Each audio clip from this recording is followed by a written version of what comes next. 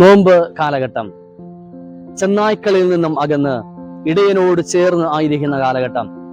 നോമ്പ് കാലഘട്ടം ചെന്നായ്ക്കളിൽ നിന്നും രക്ഷ പ്രാപിക്കേണ്ടുന്ന കാലഘട്ടം. യോഹന്നാൻ നല്ല ഇടയനായി ക്രിസ്തുവിനെ പരിചയപ്പെടുത്തുമ്പോൾ യോഹന്നാൻ പറയുന്ന ഏറ്റവും പ്രധാനപ്പെട്ട ഒരു കാരണം, ചെന്നായ്ക്കളിൽ നിന്നും വിടുവിപ്പാൻ കഴിയുന്നവനാണ് നല്ല ഇടയൻ എന്നാണ്.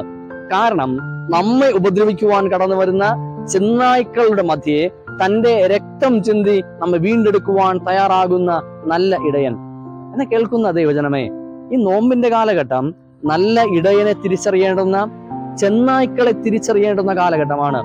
നാം പോലും തിരിച്ചറിയാതെ ആടിന്റെ വേഷം ധരിച്ച് ചില ചെന്നായ്ക്കൾ നമ്മളോടൊപ്പം ഉണ്ട്. നാം കരുതുന്നത് അത് നമ്മുടെ സഹപ്രവർത്തകൻ എന്നാണ്, അതെന്റെ ജീവിതത്തിന്റെ ഭാഗമെന്നാണ്, അതെനിക്ക് അനുഗ്രഹമെന്നാണ്. വേണ്ടാത്ത ചില ബന്ധങ്ങൾ, വേണ്ടാത്ത ചില ശീലങ്ങൾ, വേണ്ടാത്ത ചില അനുഭവങ്ങൾ നമ്മെ നാശത്തിലേക്ക് നയിക്കുന്നുണ്ട്. ഇടയന്റെ ശബ്ദം കേട്ട് ഇടയനോട് ചേർന്ന് നടക്കുവാൻ നമുക്ക് കഴിയുമോ? രക്ഷപ്പെടുവാൻ കഴിയാതെ വണ്ണം ചെന്നായ്ക്കളിൽ അകപ്പെട്ടു പോയവരുണ്ട്. മദ്യപാനത്തിൽ, മയക്കുമരുന്നുകളിൽ, മറ്റ് തെറ്റായ ശീലങ്ങളിൽ ഇനി ഒരിക്കലും മടങ്ങി വരുവാൻ കഴിയാതെ വണ്ണം വീട് പോയവരുണ്ട്. അവരോടും ഇടയൻ പറയുന്നത്, നീ ഒന്ന് വിളിക്ക്, നിന്റെ ശബ്ദം കേട്ടാൽ ഞാൻ നിന്റെ അരികിലേക്ക് കടന്നു വരും. ആടിന്റെ ശബ്ദം കേട്ട് തിരിച്ചറിയുന്ന ഒരു ഇടയൻ.